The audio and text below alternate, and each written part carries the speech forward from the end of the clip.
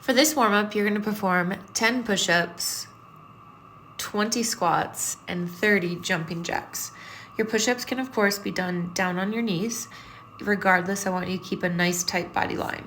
For the squats, I want you to think of sitting your hips back, gripping the floor with your toes, driving your knees out, and keeping the core engaged the whole entire time.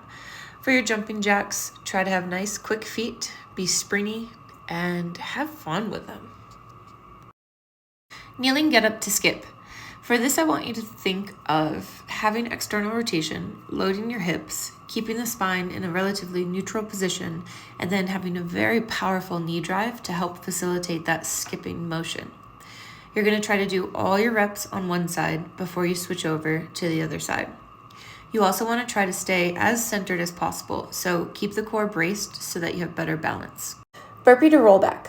For these, I want you to think of having fun with it, honestly. Nobody really loves burpees, so how can you make this just a little bit more enjoyable?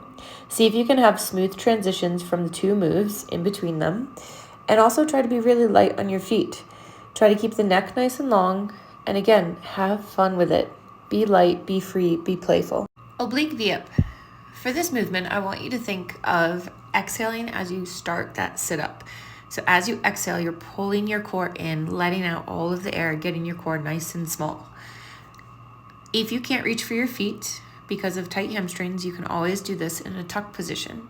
You're using your forearm for a bit of support, and you should not be on the bone of your hip, right? You should be on the soft tissue of your glute. Crossover jump squats. You will be in a pretty deep squat position and also a fairly wide one. So if you want to think of this as a sumo squat, that is totally fine. But if you're also more comfortable with a normal squat position, you could be there too. Each time you come up out of that squat, you're simply going to cross one foot over the other. Try to alternate what foot goes in front each time. Keep your core braced. Think about sitting your hips back. Sit up with twist.